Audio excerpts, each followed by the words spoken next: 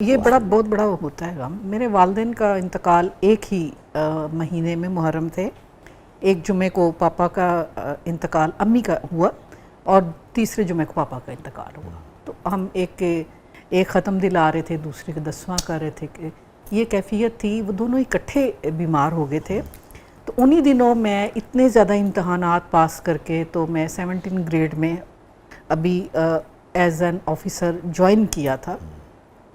تو میں نے سوچا کہ یہ تو میرے بغیر تو معاملہ بڑا خراب ہو جائے گا، دونوں کو ڈاکٹروں کو دکھانا، اور وائی شوڈ آئی کہ میں بابیوں پہ کروں ڈیپینڈ، میری ماں ہے، میرا باپ ہے، یہ صرف میرے پہ فرض بنتا ہے، یا میرے بہن بھائی چھوٹے ہیں مجھ سے۔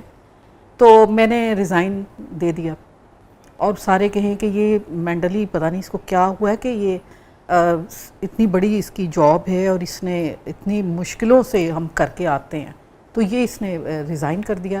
لیکن افسروں کو یہ پتہ تھا کہ یہ اپنی والدہ اور والد کے لیے کر رہی ہے، تو انہوں نے وداؤٹ پے کر لیا ہوا تھا، جس کا مجھے علم نہیں تھا، انہوں نے ایکسیپٹ نہیں اس کو کیا۔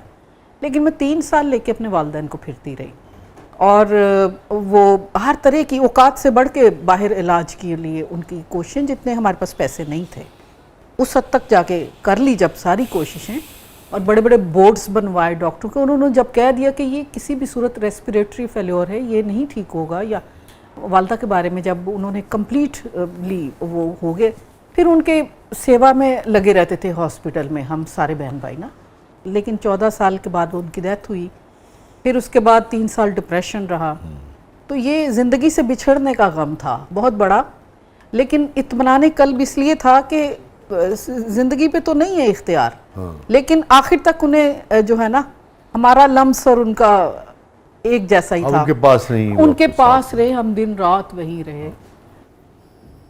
ڈاکٹر صاحب، میموریبل مومنٹ آپ کی زندگی کا؟ پہلے تو میں اس حوالے سے ایک تھوڑی سی ایک پوئٹری میں بھی جی جی ضرور جی ضرور۔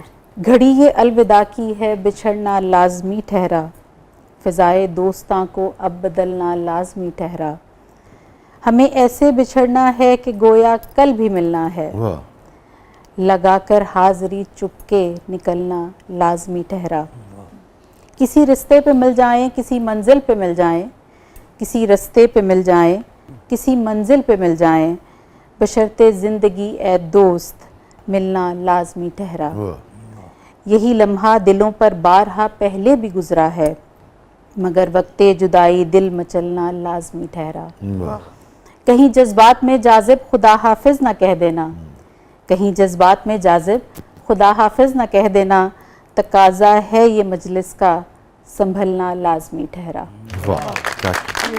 اچھا، مجھے بڑا عرصہ سبھی کہتے رہے کہ والدہ پہ شعر لکھو، اور ہاں میں یہی آپ سے پوچھنا اور لیکن گزارش کرنا ہاں چاہتا جی، میں بڑی دیر بعد جب وہ اس میں رہی ڈپریشن میں، تو کتبے میرے کمرے میں جو میں نے ان کے بنائے، امی کے کتبے پہ امی کا شعر ہی لکھا، اچھے لوگوں کو چھینتی ہے یہ موت مردم شناس ہوتی ہے، اس طرح کا تھا۔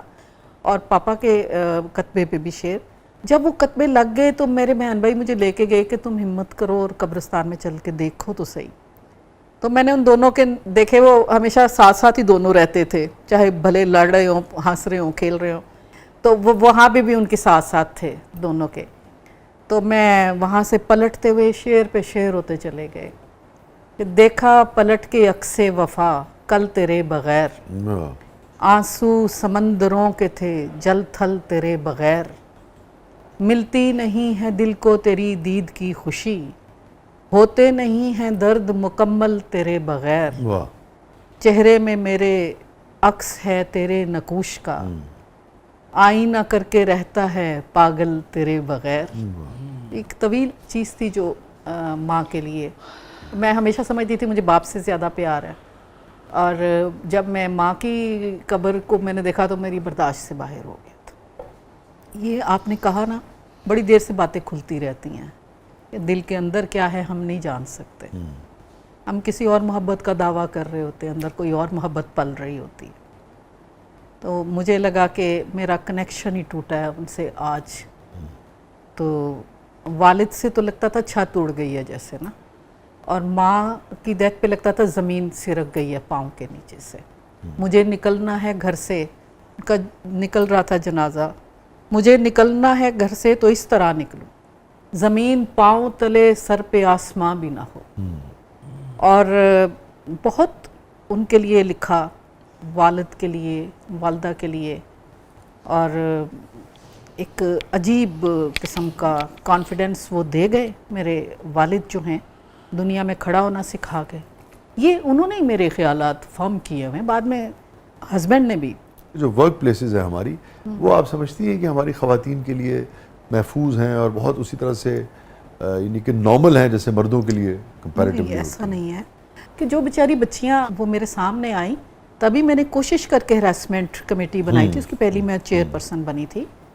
تو وہ ان کی وہ اندر آتی تھیں تو مجھے شکایت کرتی تھی کہ یہ لطیفے بولنا شروع ہو جاتے ہیں تھوڑے سے ولگر سے, آپ کے سامنے جرت نہیں کرتے. تو خوف کے مارے ہی بند تھے میرے سامنے بھی, یا میں ایک اس کلاس سے ایگزامس کر کے آ گئی تھی. لیکن جو مجبوری میں آتے تھے تو ان کے ساتھ تھوڑا ان کا رویہ اور ہوتا تھا. آہستہ آہستہ مرد کی بھی تربیت ہوئی ہے. اچھا, آپ سمجھتی ہیں اب ہاں جی حالات بالکل ہوئی بہتر ہے, ہوئے؟ اتنی کو ہوئی ہے کہ اب اس کا اظہار ذرا ڈیسنٹ ہو گیا. اس طرح سے اس کا نہیں ہے, یہ تو نہیں اپنی وہ مردانگی تو نہیں چھوڑ سکتا. ابھی میں نے بی بی سی کی رپورٹ پڑھی, اس کے اندر خوفناک ہاربل رپورٹ, اتنی ہاربل ہے, ہاربل, اور میڈیکل فرٹرنیٹی کے بارے میں ہے, جو آپریشن تھیٹرز میں کیا کچھ ہوتا ہے کہ جو سینئر سرجنز ہیں وہ اس لیے جو جونیئرز ہیں وہ ان سے پھر خوفزدہ رہتے ہیں کہ پھر ان کی وہ ساری اپنا ان کی ترقی کی راہ میں رکاوٹ جناب بنے گی. اتنا کچھ ہوا ہے ایکسپلائٹ کرتے ہیں اسے. اور ہو رہا ہے کہ میرا اپنی خوشحالیوں کا ذکر کرنے کو دل ہی نہیں کرتا کہ اتنا معاشرے میں عدم توازن ہے. جب عورت کسی پوزیشن پہ ہوتی ہے تو کیا اس ادارے کے لیے وہ انوائرمنٹ جو عورت جس کو لیڈ کر رہی ہے, کیا وہ خواتین کے لیے بہتر ہوتا ہے؟ جی میں یہ دیکھا ہے کہ خود بھی میرا اپنا بھی ہے تجربہ ہے کہ خواتین جو ہیں اچھی ایڈمنسٹریٹر ہوتی ہیں, اور ان کی جو وہاں پہ اسٹاف سارا ہوتا ہے وہ ان سے خوش ہوتا ہے. ایک سافٹ کارنر بھی خواتین کے اندر ہوتا ہے, حسن انتظام بھی ہوتا ہے, وہ دفتر ہی خوبصورت ہو جاتا ہے. خواتین جہاں لیڈ کر رہی ہیں یا ہیڈ ہیں یا اہم پوزیشنز پہ وہ ہیں, زیادہ اچھے ادارے, وہاں پہ خواتین جو ورکرز ہیں ان کے لیے انوائرمنٹ بہتر ہوتا ہے نسبتاً؟ ڈیفینیٹلی کمفرٹیبل ہو جاتی ہیں. اور میل بھی جو ہیں ان کی ڈریسنگ اچھی ہو جاتی ہے, ان کی گفتگو کنٹرول ہو جاتی ہے, اور مطلب وہ اندر سگریٹ نہیں بیٹھ کے پی رہے ہوتے, وہ تھوڑے ماحول اچھا ہو جاتا ہے خواتین کی وجہ سے. یا لٹک کے نہیں بیٹھے ہوتے. ہاں, وہ بیٹھنا اٹھنا آ جاتا ہے, وہ تو مشاعروں میں بھی لٹک کے بیٹھے ہوتے تسی چین نہیں لین دینا انہوں نے. اب وہ شکر ہے مشاعروں پہ وہ فرشی نشست ختم ہو گئی ہے, زیادہ لیٹ جاتے وہ تو لیٹے ہوئے ہوتے تھے تو ہمیں گھر والے کہتے تھے ان کے ساتھ نہیں بیٹھنا. تو پھر اب شکر ہے میں نے لیٹے لیٹے کہیں بھی سرک جائے.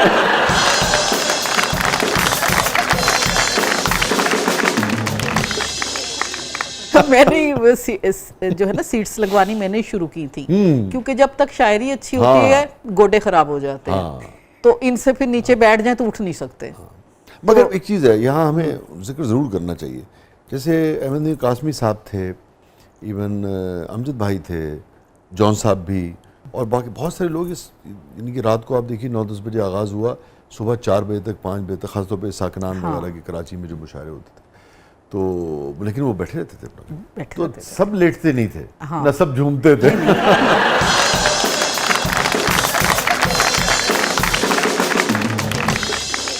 محترمہ, ہیپیسٹ مومنٹ آپ کی زندگی کا؟ میری شادی.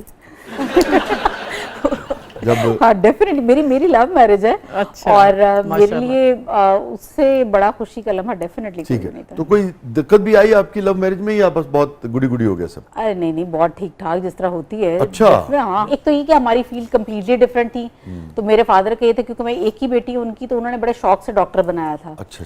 اور ان کو یہ تھا کہ جو داماد ہو وہ بھی ڈاکٹر ہو یا انجینئر ہو, اور مجھے پتہ نہیں کیوں ڈاکٹر بہت ہی برے لگتے تھے. میں کہتی تھی میں نے ڈاکٹر سے شادی نہیں کرنی ہے, کیونکہ آپ باہر بھی وہی کام کر رہے ہیں, گھر آ کے بھی آپ وہی باتیں کر رہے ہیں, تو میرے وہ اس طرح سے نہیں ہوتا تھا. اور ان کی فیلڈ کیونکہ کمپلیٹلی بالکل ڈفرینٹ تھی, تو میرے ابو کو یہ ہوتا تھا یہ میری بیٹی مار دے گا. تو آپ نے کہا نہیں کہ حفاظت بھی تو کرے گا. وہ تو انہوں نے ثابت کیا, یہ بھی تو سوچئے نا. لیکن یہ کہ اب سب سے بڑے فین وہ خود ان کے ہیں. اچھا, تو کچھ بہت زیادہ یعنی کہ مسائل نہیں ہوئے.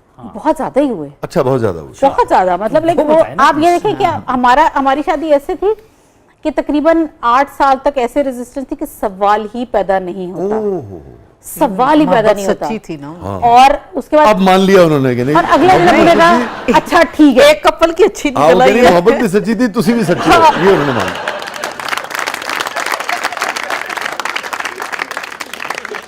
کہ ہیپیسٹ مومنٹ صوفیہ بیدار صاحبہ کی زندگی. جب میری پہلی بیٹی امیرہ پیدا ہوئی تو مجھے لگا کہ یہ دنیا تو کوئی اور ہی ہے, جینے کے قابل ہے یہ, اور میں نے لگا کہ یہ میں نے خود کو ہی جنم دے دیا ہے اور میری ہی ایکسٹینشن ہے. جی اللہ تعالیٰ آپ دونوں کو سلامت رکھے. محترمہ, سب سے تلخ ترین یاد آپ کی زندگی؟ تلخ ترین وہی جو میں نے آپ سے ابھی ذکر بھی کیا کہ ہاں جو یہ والدہ والی جو تھی, ٹھیک ہے, جو کووڈ کا وہ جو ٹائم تھا وہ بہت خوفناک تھا. صوفیہ صاحبہ, جیسا انہوں نے کہا کہ وہی وہ لمحہ تھا جب میرے حوالے میرے والد کو کیا گیا, کہ ڈیتھ کا ٹائم تھا اور میرا ہاتھ انہوں نے پکڑا ہوا تھا, اور ہمیشہ ہم 2 بہنوں کی ڈیوٹی صبح ہوتی تھی, 2 کی شام کو ہاسپٹل میں. تو اس دن ڈیوٹی چینج ہو گئی, انہوں نے کہا تم صبح بھی تم ہی آنا. مجھ سے بڑا پیار کرتے تھے. تو آخر میں نظر سے نظر ملی تھی اور ہاتھ میں ہاتھ سرد ہو گیا تھا. اس سے زیادہ میں کچھ کہہ نہیں سکتی.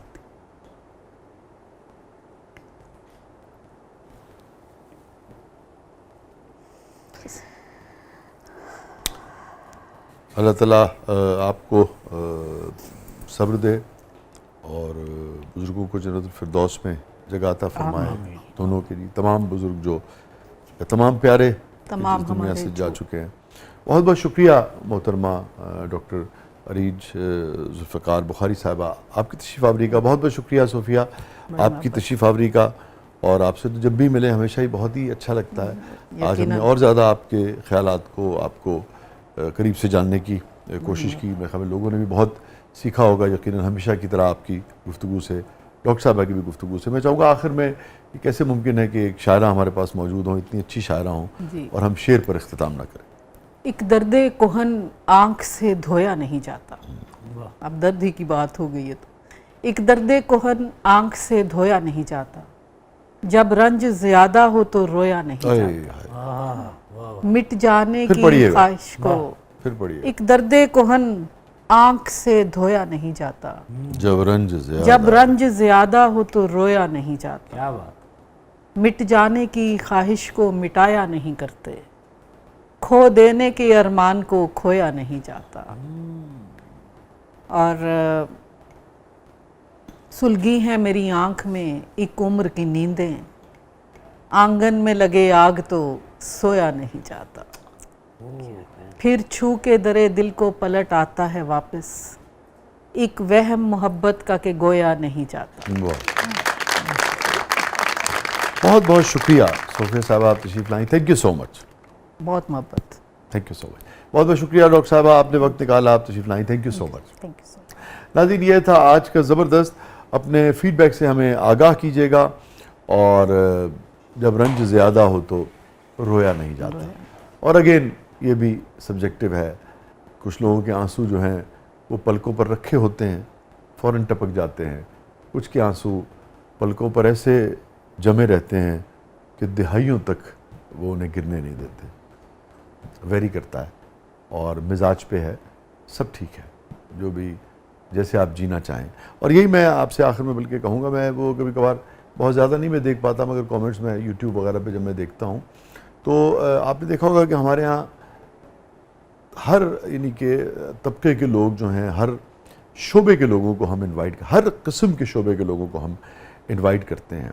اور مجھے بڑی خوشی ہوتی ہے, میں بلکہ شکریہ ادا کرنا چاہوں گا, داد دینا چاہوں گا اپنے ویورز کا, کہ جیسے انوائٹ کرتے ہوئے ہمارے پیش نظر یہ ہوتا ہے کہ اس شعبے کے لوگوں کا جو زندگی کا تجربہ ہے وہ آپ تک پہنچے, جو ہم نے ادب سے سیکھا ہے. ادیب کیا کرتا ہے, ادیب مختلف طرح کے تجربات جو ہے وہ ہم تک پہنچاتا ہے, اور اس کا فائدہ یہ ہوتا ہے کہ ایک زندگی ہم گزار رہے ہوتے ہیں, مگر جب ہم منٹو کو, قاسمی صاحب کو, شیکسپیئر کو, دوستویسکی کو, مارکیز کو پڑھتے ہیں تو ہم وہ بھی زندگیاں گزار لیتے ہیں, ان کو سمجھ لیتے ہیں, وہ سینکڑوں ہزاروں زندگیاں جو اور لوگوں نے گزاری ہوتی ہیں. یہی فائدہ یہاں جب ہم ان لوگوں سے سنجیدہ گفتگو کرتے ہیں تو ہم سمجھتے ہیں کہ ہم آپ تک پہنچانے کی کوشش کرتے ہیں. تو بس ان سے سیکھنے کی کوشش کرنی چاہیے. اپنے فیڈ بیک سے ہمیں آگاہ کرتے رہیے گا. اجازت دیجیے. اللہ حافظ.